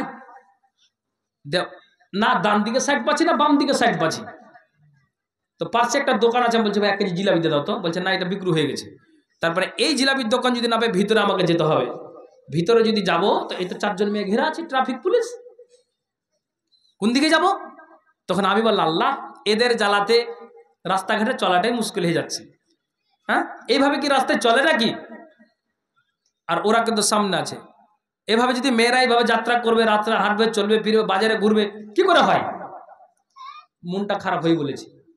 তখন চট করে মুড়িটা ঘুরিয়ে তখন বলছে, তুমি কত ভালো, এক্ষুনি ওয়াজ করে এলে, তো তুমি কেন বাজারে এলে? কি করবেন এবার বলেন? দোষকার বাপের। হ্যাঁ, শেষ জামানা ও মমিনা, কথাটা তোর নাই মিছে, আখেরি জামানা এসেছে। শেষ জামানা ও মমিনা, কথাটা তোর নাই মিছে, আখেরি জামানা এসেছে। আগেকার মেয়েরা সব আগেকার মায়েরা সব পুরুষ দেখিলে ঘুমটা টেনে সরে যেত গাছের আড়ালে। এখনকার কলি মেয়েরা, এখনকার কলি মেয়েরা পুরুষ দেখে কার করে না, ধাক্কা মেরে চলেছে। আখেরি জামানা এসেছে, আখেরি জামানা এসেছে। আগেকার মায়েরা সব পুরুষ দেখিলে ঘুমটা টেনে সরে যেত গাছের আড়ালে। এখনকার কলি মেয়েরা পুরুষ দেখে কার করে না, ধাক্কা মেরে চলেছে। আখেরি জামানা এসেছে, আখেরি জামানা এসেছে। মুসলিম বিরোধী যুবক, মুসলিম বিরোধী যুবক বড় রেলগাড়িতে যায়, রেলের গেটে ভিড় জমায়, গল্প গুজব কয়। মুসলিম বিরোধী যুবক বড় রেলগাড়ি যায়, রেলের গেটে ভিড় জমায়, গল্প গুজব কয়। আবার বুড়ো মানুষ উঠতে গিয়া, আবার বুড়ো মানুষ উঠতে গিয়া শুধু হুড়া খাইতেছে। আখেরি জামানা এসেছে, আখেরি জামানা এসেছে। বাস মোটরে উঠে বলি সিট দাও, বলে অন্য বাস ফাঁকা আছে, সেই বাসেতে যাও। দেখেন বাপ রেস্ট্রি করে দিয়েছে। হ্যাঁ, কি করে চলবেন? বাস মোটরে উঠে বলি সিট দাও, বলে অন্য বাস ফাঁকা আছে, সেই বাসেতে যাও। এদের জ্বালায় বাস মোটরে উঠা নাই যাইতেছে। আখেরি জামানা এসেছে, আখেরি জামানা এসেছে। টিকিট বাবু উঠে বলে দেখি টিকিট দাও, বলে তোমার সঙ্গে করব বিয়ে, ইশারাতে কয়। ইশারাতে চেক্কার বাবুরা, ইশারাতে চেক্কার বাবুরা ধরে ফেলেছে। আখেরি জামানা এসেছে, আখেরি জামানা এসেছে। আগেকার মায়েরা সব, আগেকার মায়েরা সব পুরুষ দেখিলে ঘুমটা টেনে সরে যেত গাছের আড়ালে। এখনকার কলি মেয়েরা পুরুষ দেখে কার করে না, ধাক্কা মেরে চলেছে। আখেরি জামানা এসেছে, আখেরি জামানা এসেছে। ভাইজান, এই তো হচ্ছে যুগের প্রস্তুতি। আর একা আপনি দোস্তুটি আপনি খুঁজে বেড়াচ্ছেন, নিজে সংযত হন। এই জন্য আল্লাহ বলছেন, এ মোমেনা নারী নজরকে নিচু করো, আর এভাবে কন্ট্রোল করে চলো। এই নজরকে কথা বলতে গিয়ে এতটি কথা ঘুরিয়ে ফিরিয়ে আনতে হলো। আপনারা কষ্ট পাচ্ছেন নাকি ভাই? একটু আওয়াজ দিয়ে বলেন তো সুবহানাল্লাহি ওয়া বিহামদিহি সুবহানাল্লাহিল আযীম। আচ্ছা, তারপরে আল্লাহ নারীদেরকে বলছেন কি, ওয়াহফাজনা ফুরুজাহুন্না। এরা নারীরা কান খোলো শোনো, যেই ইজ্জতটা একমাত্র স্বামীর জন্য হালাল আছে, খবরদার তুমি একটা লুচ্চা ছেলেকে দিয়ে ইজ্জতটাকে বিলিয়ে দিও না। আল্লাহর কোরআন জানালেন ওয়াহফাজনা ফুরুজাহুন্না। এরা নারীকুল তুমি কান খুলে শোনো, তুমি তোমার নজরকে নিচু রাখবে। এবার তুমি হেফাজতের, তুমি তোমার ইজ্জতের হেফাজত রাখবে, তুমি তোমার আবরুর খেয়াল রাখবে, আবরুটাকে সংযত করে চলবে, যেটা একমাত্র স্বামীর জন্য হালাল। যেই স্বামী আপনার জন্য মোহরানা দিয়ে সিলমোহর তোমার খুলে দিবে, একমাত্র সেই স্বামীর জন্য তুমি হালাল আছো, অপর একটা পুরুষকে দিয়ে বিলিয়ে দিও না। এজন্য আল্লাহর কোরআন বলছেন ওয়াহফাজনা ফুরুজাহুন্না। এর নারীকুল তুমি তোমার ইজ্জতের হেফাজত করবে। পৃথিবীর মানব, এখন একটা কথা আপনাকে বলি, আল্লাহর কোরআন জানিয়ে দিয়েছেন, একটা পুরুষ যদি বিবাহের আগে অসৎ কর্ম করে আর একটা নারীও যদি অসৎ কর্ম করে, আল্লাহ সূরা নূরে ঘোষণা দিয়েছেন দুজনকে 100 কড়া করে লাগিয়ে দাও। আর যদি বিবাহের পরে একটা পুরুষ আর নারী যদি অন্যায় কাজ করে, তাহলে দুজনকে রজম করে করে পাথর চালিয়ে দুনিয়া থেকে শেষ করে দাও। ঠিক বলছে না ভুল বলছি? শরীয়ত এটা ঘোষণা দিয়েছেন। কিন্তু এখন আপনাকে একটা কথা বলি, যোগীলালের কোন একটা পুরুষ, আপনার শাহপুরের কোন একটা নারী অন্যায় কাজ করে নিয়েছে, স্টেটমেন্টে বিচারে খবর দিল, তারা জন্য ইজহার দিচ্ছে। নারীটা বলছে আল্লাহর কসম আমাদের দ্বারা দিয়ে অন্যায় কাজ হয়নি, পুরুষটাও বলছে আমার দ্বারা দিয়ে অন্যায় কাজ হয়নি। তাহলে সন্দেহ মানুষেরা আমাকে এইভাবে ধরেছে, কিন্তু আল্লাহর কসম খাই আমাদের এই রকমের কাজ অন্যায় কাজ হয়নি। আচ্ছা বলেন তো, যেই নারীকে নরকে ধরে নিয়ে আসা হলো, মন্ডল সর্দার গ্রামের মানুষেরা বিচারকগণ বিচারের জন্য প্রস্তুত আছে, যেই নারী আর নর অস্বীকার করলো, বলেন তো তাকে কি আর বিচার আপনি করতে পারবেন? হ্যাঁ না বলেন? কোনদিন আর বিচার করতে পারবেন? কোড়া লাগাতে পারবেন না, বিচার করতে পারবেন না, যেহেতু তারা দুজনেই অস্বীকার করেছে। আমি এই কথাটা কেন বললাম? আল্লাহ রসুল বলছেন এবং আল্লাহর কোরআন জানালেন, নারীরা রে কান খুলে শুনো, একমাত্র যে ইজ্জতটা স্বামীর জন্য হালাল আছে, তুমি তোমার ইজ্জত, তুমি তোমার হেফাজত রাখো। যদি তুমি না রাখো, গোপনে যদি তোমার ইজ্জতটাকে বিলিয়ে দাও। রসুলের হাদিস বলছেন, ওয়া আন আবি সাঈদ আল-খুদরি রাদিয়াল্লাহু তাআলা আনহু قال قال رسول الله সাল্লাল্লাহু আলাইহি ওয়াসাল্লাম, আবু সাঈদ খুদরি থেকে বর্ণিত, নবীজি বলছেন, লা তাকুমুস সাআত, কিয়ামত কতদিন পর্যন্ত হবে না, কতদিন পর্যন্ত হবে না, হাত্তা তাকাল্লামা সিবাউল ইনসান, যতদিন পর্যন্ত এক মানুষ পশুর সঙ্গে কথা না বলেছে, পশু মানুষের সঙ্গে কথা না বলেছে। এমন একটা দিন আসবে, এমন একটা সময় আসবে, মানুষ পশুর সঙ্গে কথা বলবে, পশু মানুষের সঙ্গে কথা বলবে। তারপরে রাসূল বলছেন, মানুষের হাতের চাবুক মানুষের সাথে কথা বলবে, পায়ের জুতার ফিতা মানুষের সঙ্গে কথা বলবে। এমন একটা দিন আসবে, এমন একটা সময় আসবে। আমি এই জন্য কথাটা বললাম, ওই নারী আর নর অসৎকর্ম করে নিয়েছে, অস্বীকার করলো, কোড়া লাগাতে পারলেন না, কিন্তু এমন একটা দিন আসবে, এমন একটা সময় আসবে। এই যোগীলালের কোন একটা ভাই আপনার ব্যাঙ্গালোর গিয়েছে 2 বছর হলো, আপনার সৌদি আরব গিয়েছে 4 বছর হলো, আপনার মালয়েশিয়া গিয়েছে 2 বছর হলো, দুবাইতে আছে 1 বছর হলো, কিংবা ওই স্বামীটা 6 মাস হলো, আপনার 1 বছর 1.5 বছর হলো, কিন্তু এ মা আমার কি করেছে, বোনটা আমার কি করেছে, ভাবি আমার কি করেছে, অপর একটা বেগানা পুরুষকে ডেকে নিয়ে এসে তার আব্বুটাকে ভিলিয়ে দিয়েছে। কান খুলে আপনি হাদিসটা শুনবেন। রাসূল বলছেন, ওরে পৃথিবীর মানুষ, তোমরা কান খুলে শোনা নাও, যখন ওই আপনার স্বামী 2 বছরের মাথায়, 4 বছরের মাথায় যখন আপনার ঠিক বাড়িতে গমন করলো, লজ্জা ভাববেন না। শরীয়তের কথা আপনাকে বোঝাচ্ছে, আল্লাহ না করে এই কাজ হয়, কিংবা আল্লাহ তাআলা এই বিষয়ের মাধ্যম দিয়ে পুরুষ নারীর জন্য ঈমানকে বৃদ্ধি করেন। একবার সকলে পড়ি আল্লাহুম্মা আমিন। পৃথিবীর মানব, আমি কোনটা আপনাকে বোঝাতে চাইছি, এবার ওই বিদেশ থেকে আসার পরে ওই স্বামী যখন আপনার বিবির মিলনে যাবে, আর মিলনে যাওয়া মাত্রই বিবির উরুরান থেকে কথা বেরিয়ে যাবে, ফাইখবিরহু ফাকিজহু বিমা আদাসা আহলহু বাদাহু। এরে পুরুষ, তুমি রুখে দাঁড়াও, যে তুমি দুবাইতে ছিলে 2 বছর হলো, তুমি 4 বছর হলে তুমি মালয়েশিয়াতে ছিলে, সৌদি আরবে ছিলে 1 বছর হলো, কাউরির 6 মাস হলো, কে চেন্নাই ব্যাঙ্গালোর আপনার জন্য তুমি গিয়েছো, তো তুমি তোমার অনুপস্থিতিতে বিবি এই কাণ্ডটা ঘটিয়ে দিয়েছে। আল্লাহ রাসূল বলছেন, এমন একটা দিন আসবে, এমন একটা সময় আসবে, স্বামীর অনুপস্থিতিতে যদি বিবি এই কাণ্ড ঘটিয়ে দেয়, বিবির উরুরান থেকে সাক্ষ্য দিয়ে দিবে, আপনার অনুপস্থিতিতে বিবি এই কাণ্ড ঘটিয়ে দিয়েছে। এই জন্য আল্লাহর কোরআন বলছেন, পুরুষ এরা নারী কান খুলে শোনো, কুল্লিল মুমিনাতে ইয়াগুযুজনা মিন আবসারিহিন্না ওয়া ইয়াহফাজনা ফুরুজাহুন্না। এরা নারী কুল, যখন তুমি রাস্তায় চলো, নজরকে নিচু করে চলবে, ওয়া ইয়াহফাজনা ফুরুজাহুন্না, এবং তুমি তোমার আব্রুর হেফাজত করবে। যদি আব্রুর হেফাজত না করতে পারো, তাহলে এমন একটা দিন আসবে, সময় আসবে, অটোমেটিকলি তোমার উরুরান থেকে গোপন কথা প্রকাশ হয়ে যাবে। জোরে বলেন একবার সুবহানাল্লাহ। এটাই হলো শরীয়ত। তাহলে আমাকে সংযত হতে হবে। আল্লাহর কোরআন, আল্লাহর কোরআন। তো ভাইজান, পরবর্তী বক্তা আরো তো আছে, আপনারা কেন যাচ্ছেন? বসেন। ঠিক আমি আমার মেন উদ্দেশ্য দিকে যাচ্ছি। তারপরে আল্লাহ তাআলা বলছেন যে, এরে নারীরা শুনো, যা সাধারণত প্রকাশ পাই, তাছাড়া তোমাদের সৌন্দর্য তোমরা প্রকাশ করবে না, এবং তুমি তোমার নিজের চাদর দিয়ে বক্ষ দেশটাকে সুন্দর করে ঢেকে রাখবে, যেন অপর পুরুষ চান্স না পায়। সুন্দর করে তুমি তোমার আব্রুটাকে ঢেকে রাখবে, তোমার বক্ষ দেশটাকে সুন্দর করে ঢেকে রাখবে। কেমন তুমি ঢেকে রাখবে, এখানে কিন্তু একটা খুব জ্ঞানের কথা আছে, ভালো করে শুনবেন। কেমন করে তা আপনাকে আমি বুঝাচ্ছি, ভালো করে শুনবেন। কি কথা?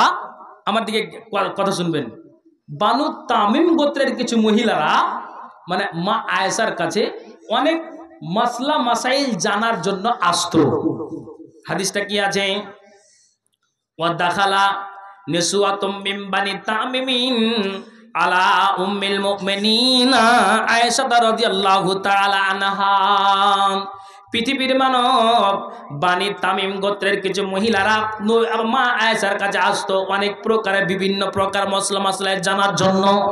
তো মা আয়েশা বলছেন, যখন তারা আমার কাছে আসতো, আলাইহিন্না শিয়াবুন রেকাকুন, তাদের গায়ে ছিল পাতলা চাদর, আর ওই চাদর পাতলা গায়ে দেখে আয়েশা বলছেন, ফাকালাত আয়েশা, তো আয়েশা বললেন, ইন কুনতুন্না, আল্লাহ রাব্বুল আলামিন নবীর বাড়িওয়ালি আয়েশা বলছেন, এরে বানু তামিম গোত্রের নারীরা কান খুলে শোনো, যদি তোমরা মুমিনা নারী হও, যদি তোমরা আল্লাহওয়ালি নারী হও, যদি তোমরা পরহেজগারিনী দিনদারিনী নারী হও, ভিতরে যদি তোমাদের ঈমান জায়গা পেয়ে থাকে, তাহলে এর নারী কানগুলো শুনো, ফালাইসা হাজা বেলেবাসিল মুমিনাতে, এটা মুমিনা নারীর পোশাক নয় যে একটা পাতলা চাদর পরে রাস্তায় চলবে, 12 দুয়ারি যাবে, হরিশ্চন্দ্রপুর যাবে, এটা মুমিনা নারীর কিন্তু পরিচয় নয়।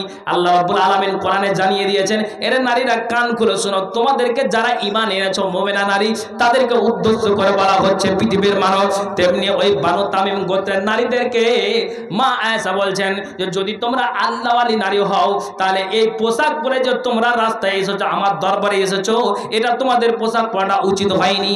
তবে এবার মা আয়েশা বলছেন, তবে হ্যাঁ, ওয়া ইন কুনতুন্না গায়রা মুমিনাতিন, যদি তোমরা গায়ের মুসলিম হও, যদি তোমরা আল্লাহওয়ালি নারী না হও, যদি তোমরা মুমিনা নারী না হও, ফাতামাত্তানা বিহি, এটাই তোমাদের জন্য লাভদায়ক, এদের কিছু আর বলার নাই। তবে মুমিনা নারীর উচিত নয় যে একটা এইরকম পাতলা চাদর পরে রাস্তায় আপনার চলাফেরা করবে। জি, তখন আপনাকে আমি একটা কথা বলি, আব্দুর রহমানের মেয়ে, এটা আবু বকরের পতিন, আয়েশার ভাতিজি। তো একদিন কোনো এক সময় আয়েশার কামরাতে চলে এসেছেন। তো আয়েশার কামরাতে এসেছেন তো জানেন, তার একটা পাতলা চাদর, এই যে কোরআনের আপনাকে আয়াতে হাদিসটা নিয়ে আসছি, তো পাতলা চাদর নিয়ে এসেছে। তো আয়েশার চোখ মুখ লাল হয়েছে। আমরাই মানুষকে বলি, আর আমার ভাতিজির গায়ে এরকম পাতলা চাদর, মিজাজ আলাদা হয়ে গিয়েছে।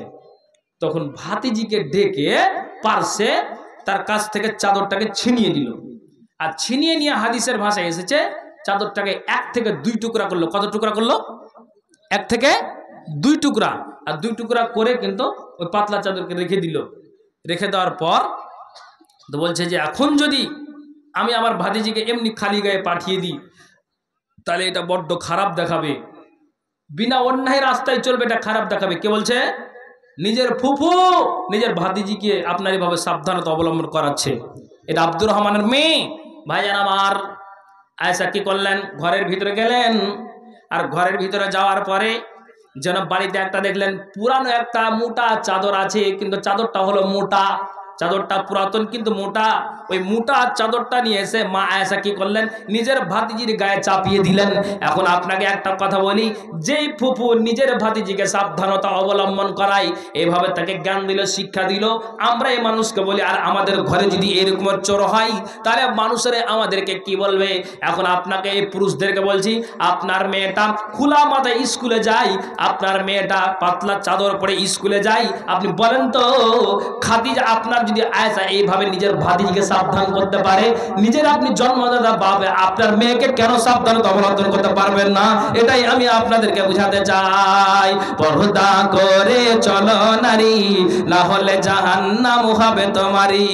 পর্দা করে চলো নারী, না হলে জাহান্নাম হবে তোমারই। বাঁচবা কদিন দুনিয়াতে একটু দেখো চিন্তা করি, পর্দা করে চলো নারী, না হলে জাহান্নাম হবে তোমারই। জোরে বলুন সুবহানাল্লাহ। তাহলে আয়েশা থেকে জ্ঞান নিতে হবে, আয়েশা থেকে জ্ঞান নিতে হবে, এটা আমি আপনাদেরকে বুঝাতে চাইছি। ভাইজান আমার, আমি এই জন্য কথা আগে বাড়াতে পারছি না, যেহেতু একটা দায়িত্ব আছে। আপনারা বিরক্ত হচ্ছেন না তো? 2টো মাত্র হাদিস বলবো, কারা কারা শুনতে রাজি আছেন একটা হাতটা উঁচু করেন তো দেখি। মাঝে মাঝে বিজেপি আছে নাকি? হাত যে লাগছে বন্ধ করে দিলে। হ্যাঁ, মাংসের কথা বলেছি, 2 কেজি হাল লেগে থুইতে কয়েছি। হ্যাঁ, আচ্ছা, এবার আপনাকে বলছি, মাংস বেঁচে আছে, যারা নেবেন আমার লেগে 2 কেজি রেখে দিয়েন। আচ্ছা, এবার আপনাদেরকে বলছি, কি বলছি? 2টো হাদিস বলবো, শুনতে রাজি আছে? আলহামদুলিল্লাহ। 2টো হাদিস। কি 2টো হাদিস? একটু ভালো করে শুনবেন, খুব মজা আছে এই জায়গাটাতে। হ্যাঁ, যেহেতু একটা আমাকে দায়িত্ব দিয়ে রেখেছে, ভালো করে শুনবেন। আল্লাহ পাকের রাসূল চিন্তায় চিন্তিত। খাদিজা বলছেন, আল্লাহ পাকের রাসূল, কেন আপনার মাথা ব্যথা হয়? আপনি কি আমার কাছ থেকে কোনো আঘাত লাগার কথা পেয়েছেন? দেখেন তো। নবীজিকে খাদিজা বলছেন, বাপের বাড়ি থেকে যে মাল পেয়েছি, বাপের বাড়ি থেকে যে ফারাজমূলক সম্পদ পেয়েছি, ওই মালকে আমি আল্লাহ পাক রাসূল অপচয় নষ্ট করব না, অপচয় মালকে আমি ব্যয় করব না। ইসলামের জন্য আমি প্রস্তুত আছি, আপনাকে দিয়ে দিব। আল্লাহ পাক রাসূল জিহাদের ময়দানে ইসলামকে বাঁচাবার জন্য যে লড়াই হবে, তা আমি আপনাকে বলছি মুসলমানের অস্ত্রের প্রয়োজন আছে, যেমন এখন বর্তমানে ফিলিস্তিনে অস্ত্রের প্রয়োজন আছে। মা খাদিজা বলছেন আল্লাহ পাক রাসূল আমি যে মালগুলো নিয়ে এসেছি বাপের মাল, ওই মালগুলোকে আমি কি করব, শরীয়তের কাজে লাগাবো। অস্ত্র কিনতে হবে, তাম্বু টানতে হবে আপনার জন্য জিহাদের ময়দানে। সারাদিন সারা রাত তারা আপনার জাগরণ হয়ে থাকবে, 1 মাস 2 মাস ধরে তারা আপনার থাকবে, তাদের খাবারের প্রয়োজন আছে। আমি খাদিজা কথা দিলাম আপনাকে টেনশন নিতে হবে না, আমি খাদিজা সমস্ত মালগুলোকে আমি ইসলামের জন্য আমি ঢেলে দিব। আল্লাহ পাক রাসূল কোনো চিন্তা করতে হবে না। একটা হলো। এবার আপনাকে আর একটা কথা বলি, নবীজি একটা হাদিস বয়ান করছেন, মা আমিন আব্দি মুসলিমিন ফি কুল্লি ইয়াউমিন ওয়া লাইলাতিন ইসনা আশারা রাকাতান তাতুয়া গায়রা ফারিজাতিন বানাল্লাহু লাহু বাইতান ফিল জান্নাহ। এরে জগিলাল গ্রামের মানুষেরা কান খুলে শোনো, আল্লাহ রাসূল বলছেন এর পৃথিবীর মানব শুনে রাখো, যারা দিনে এবং রাতে প্রতিদিন নিয়মিত 5 ওয়াক্তের নামাজে 12 রাকাত সুন্নাতকে আদায় করে দিতে পারবে। একটা আওয়াজ দিয়ে বলেন কত বললাম? প্রতিদিন দিনে এবং রাতে যারা 12 রাকাত সুন্নাতকে আদায় করে দিতে পারবে, আল্লাহ রাসূল বলছেন এই 12 রাকাত সুন্নাতের বিনিময়ে আল্লাহ তাআলা জান্নাতে ঘর বানিয়ে দিবেন। একবার জোরে বলুন সুবহানাল্লাহ। তাহলে আপনি 12 রাকাত সুন্নাত পড়বেন কেমন করে? আপনাকে নিয়মটা আমি বুঝাই। রাসূল বলছেন তুমি জোহরের আগে 4 রাকাতকে পড়ে দাও, যদি আপনাদের জানা আছে জোহরের আগে 4 রাকাত পড়ো, পরে তুমি 2 রাকাত পড়ো। আসরের আগে পরে সুন্নাতে মুআক্কাদা নাই, মাগরিবের পরে তুমি 2 রাকাত পড়ে দাও, ইশারের পরে তুমি 2 রাকাতকে পড়ে দাও, ফজরের আগে তুমি 2 রাকাতকে পড়ে দাও, তার মানে জামাতের আগে। এই করে করে 5 ওয়াক্ত নামাজে যারা 12 রাকাত সুন্নাতকে আদায় করে দিতে পারবে, এই 12 রাকাত সুন্নাতের বিনিময়ে আল্লাহ তাআলা জান্নাতে ঘর বানিয়ে দিবেন। একবার জোরে বলুন সুবহানাল্লাহ। এই কথাটা নবীজির বাড়িওয়ালি একাধিক, তার ভিতরে একজনের নাম হচ্ছে উম্মে হাবিবা। উম্মে হাবিবা রাদিয়াল্লাহু তাআলা আনহা, উনি শুনতে পেলেন আড়াল থেকে নবী আমার স্বামী আমার বর্ণনা দিলেন যে 12 রাকাত সুন্নাতের বিনিময়ে যদি জান্নাতে ঘর পাই, তা আল্লাহরে যতদিন তুমি আমাকে বাঁচিয়ে রাখবে, যতদিন তুমি আমাকে আল্লাহ তাআলা এই ধরার মাটিতে বাঁচিয়ে রাখবে, আমার শরীরকে তুমি সুস্থ রাখবে, আর নিয়মিত 5 ওয়াক্ত নামাজ আদায় করবে। আল্লাহ পাক রাসূল আল্লাহ রাব্বুল আলামিন নিয়মিত 5 ওয়াক্ত নামাজ আদায় করব, আর আমি কি করব 5 ওয়াক্তর সাথে সাথে আমি 12 রাকাত সুন্নাত আদায় করব। আল্লাহ আমি শপথ করলাম মা তারাকতু হুন্না মুনজু সামিউতু হুন্না বির রাসূলিল্লাহি সাল্লাল্লাহু আলাইহি ওয়াসাল্লাম। আল্লাহ পাক রাসূল যেটা তিনি বললেন আমি কোনদিন আর সুস্থ শরীরে যতদিন বেঁচে রাখবো 12 রাকাত সুন্নাতকে আদায় করব না, আদায় করে যাব। কি বললেন? 12 রাকাত সুন্নাতকে আমি আদায় করে যাব। কে বলছেন? উম্মে হাবিবা। এখন আপনাকে বলছি 12 রাকাত সুন্নাত উম্মে হাবিবা নবীর মুখ থেকে একবার শুনলেন, আর একবার শোনার পরে উনি যতদিন বাঁচবেন শপথ করলেন যে আমি আমল করে যাব। তাহলে আপনাকে আমি একটা কথা বলি, জুমায় খুতবা শুনছেন, প্রতিদিন জালসা হচ্ছে, সারা মালদা জেলাতে যতদিন জালসা না হচ্ছে হরিশ্চন্দ্রপুর থানাতে হচ্ছে। জি, তা আপনার হরিশ্চন্দ্রপুর থানাতে এত জালসা। এবার আপনাকে একটা কথা বলি, এতগুলো জালসা, তাহলে হাজার হাজার মা বোন জালসা শুনে, বাবা ভাই জালসা শুনে, জুমায় খুতবা শুনেন আপনারা, তাহলে উম্মে হাবিবা একবার শুনে যদি জীবন আমল করে যায়, তা আপনাকে কতদিন বুঝাতে হবে যে আপনি আমল করবেন? কথা বুঝাতে পেরেছি না পারিনি? কতদিন বলতে হবে তারপর আপনি আমলটা করবেন? তো ভাই উম্মে হাবিবার মতো আর আপনার খাদিজার মতো যে আপনাকে টেনশন নিতে হবে না, যা মাল পেয়েছি বাপের মাল, এই মালের সম্পদ থেকে ইসলামের জন্য ঢেলে দিব, জিহাদের ময়দানে অস্ত্রের প্রয়োজন আছে ঢেলে দিব, খাদ্যের দরকার আছে আমি দিয়ে দিব, আপনাকে টেনশন নিতে হবে না। তাহলে এটা কবরের উন্নতি কল্পে জালসা, কবরের উপলক্ষে জালসা। আপনাকে বলছি কবরের হয়তো কি কাজ বাকি আছে বন্ধু? জমি জায়গা কিনতে হবে, প্রায়শ্চিত্ত করবেন নাকি? না শুধু জমি জায়গার ব্যাপার? মানে এক কথা কবর শর্ট আছে বা গোরস্থানটা মোটেই নাই ভাইজান, যেই জায়গাটা সবাইকে যেতে হবে। একটু আল্লাহর ওয়াস্তে আমি বলছি, এই উম্মে হাবিবার মতো খাদিজার মতো আমি আপনাদের বলছি, কেউ চলে যাবেন না। বক্তা আছে আপনাদের, একবার ঠিক শুয়ে আছেন, আমার পরে পরে তিনি আসবেন, টেনশন নিয়েন না। এখন আপনাদেরকে বলছি, এখন আমি আমার বিষয় যে শেষ করি সেটা না, আমি বলে দিচ্ছি আগেই, যেগুলো কথা আমাকে বায়ান দিতে গেলে 2-2.5 ঘন্টার ব্যাপার আছে, তো কালেকশনেরও তো ব্যাপার আছে। 1000 টাকা ভাইজান, আমি উম্মে হাবিবার মতো, মা খাদিজার মতো আমি দেখতে চাইছি, উমর, আবু বকর, উসমান, আলীর মতো আমি দেখতে চাইছি। কোরআনটা কত পারা ভাই? বলেন একটু, ভাই চুপ থাকেন। 30 পারা আলহামদুলিল্লাহ। এই 30 পারা কোরআন এখানে যতজন আছেন, আমি 10,000 থেকে নিয়ে 1,000 এর মধ্যে কোনটা আপনার সুবিধা বলেন? 8,000 পারবেন না 10,000 পারবেন না 5,000 পারবেন না 2,000 পারবেন না 1,000 পারবেন? যেটা আপনার সুবিধা আমি অপশন দিলাম। আমি 30টা লোককে দেখতে চাইছি উম্মে হাবিবার মতো, উমার উসমান আলীর মতো। ভাই এতক্ষণ শুনলাম, খুব ভালো লাগলো, মনে করবেন আপনি। কিন্তু ভাই শোনা আর বলা বড় কথা নয়। যদি শুননেওয়ালা আর বলনেওয়ালা দুজনের আমল ঠিক না থাকে, দুজনকে লাল ঘরে যেতে হবে। অত সোজা কথা নয় গাল গড়াই করে বলে চলে যাব, আর নিজের আমল ঠিক নাই, আমাকেও সেই যে লাল ঘরে যেতে হবে। অতএব বন্ধু এবং মা আমার বোন, আমি সবাইকে বলছি উম্মে হাবিবার মতো, মা আয়েশা খাদিজার মতো আমি দেখতে চাই মা বোনদেরকে নাকের কানের হাতের পায়ের সুন্নাতি দানগুলো।